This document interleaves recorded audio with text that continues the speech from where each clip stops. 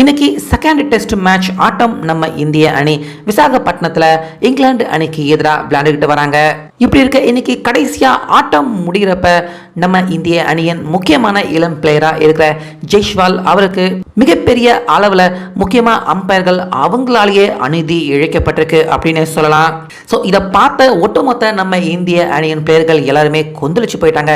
முக்கியமாக கேப்டனான ரோஹித் சர்மா ஆட்டத்தை விளையாட வேண்டாம் நிறுத்திட்டு ட்ரெஸ்ஸிங் ரூமுக்கு வர சொல்லி செய்கையும் காட்டியிருக்காரு. ஆனாலுமே அந்த இடத்துல இருந்த நம்ம தமிழக பிளேயர் ரவிச்சந்திரன் அஸ்வின் அவர் எடுத்த முடிவு அம்பையர்களுக்கும் அதே போல இங்கிலாந்து அணியின் பிளேயர்களுக்கும் ரொம்ப பெரிய அளவில் அதிர்ச்சியாக இருந்தது. ஸோ அந்த வகையில் இன்னைக்கு இரண்டாவது டெஸ்ட் மேட்ச் ஆட்டத்தின் டே 1ல டாஸ் ஜெயிச்ச நம்ம இந்தியா ஃபர்ஸ்ட் பேட்டிங்கை தேர்வு பண்ணாங்க. இதில் ஓப்பனரா ஜெய்ஸ்வால் அவர் கூட ரோஹித் சர்மா இரண்டு பேருமே பேட்டிங்க்கு களம் இறங்க வர இதுக்கு முன்னாடி எல்லாம் பார்த்தீங்கன்னா ஜெய்ஸ்வால் ரோஹித் சர்மா இரண்டு பேருமே துவக்கத்தில் இருந்தே தடால் புடால்னு அதிரடியாக தான் விளையாடுவாங்க. ஆனால் இன்னைக்கு அப்படி விளையாடலை. ஆரம்பத்தில் இருந்தே டெஸ்ட் மேட்ச் போலவே ரொம்ப நிதானமாக ரோஹித் முக்கியமாக ஜெய்ஸ்வால் அவரே பந்துகளை வீணாக்கி நிதானமாக தான் விளையாண்டாரு. ஆனாலுமே ரோஹித் சர்மா 14 ரன்னுக்கு அவுட் ஆயிட்டாரு. அதுக்கு அடுத்ததாக வந்த சுப்மன் கில் அவரும் 34 ரன்னுக்கே அவுட் ஆயிட்டாரு. ரொம்ப பெரிய அளவில் பிரஷரோட விளையாட வந்த ஸ்ரேஷ் ஐயர் அவர் கூட 27 ரன்கள் தான் எடுத்தாரு. டெபியூட் பிளேயரா இன்னைக்கு விளையாட உள்ள வந்திருந்த ராஜ் பட்டிதார் 32 ரன்கள் எடுத்தாரு. அக்ஷர் பட்டேல் அவரும் 27 ரன்கள் எடுத்தாங்க.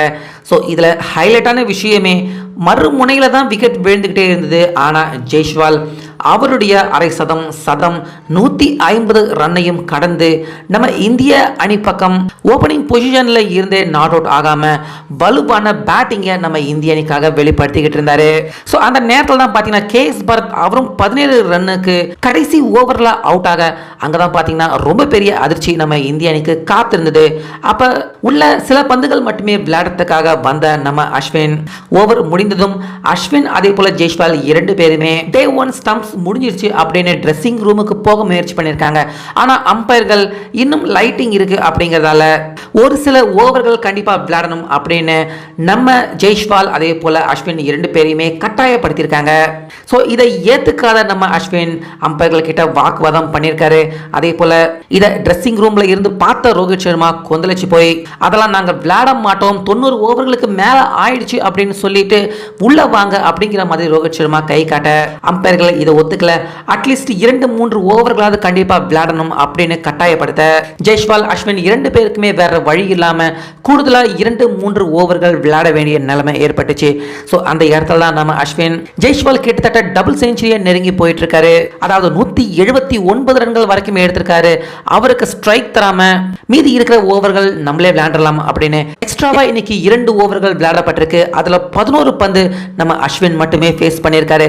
முக்கியமா கடைசி ஓவர் முழுக்க நம்ம அஸ்வின் ஜெய்ஸ்வால் அவரை காப்பாற்றுறதுக்காகவே அவரே பேட்டிங் செஞ்சு கடைசியா இரண்டு பேருமே நாட் அவுட் ஆகாம இருந்து இன்னைக்கு ஆட்டம் முடிகிறப்ப 93 ஓவர்கள் வீசப்பட்டிருக்கு. 336 ரன் எடுத்திருக்காங்க நம்ம இந்தியா.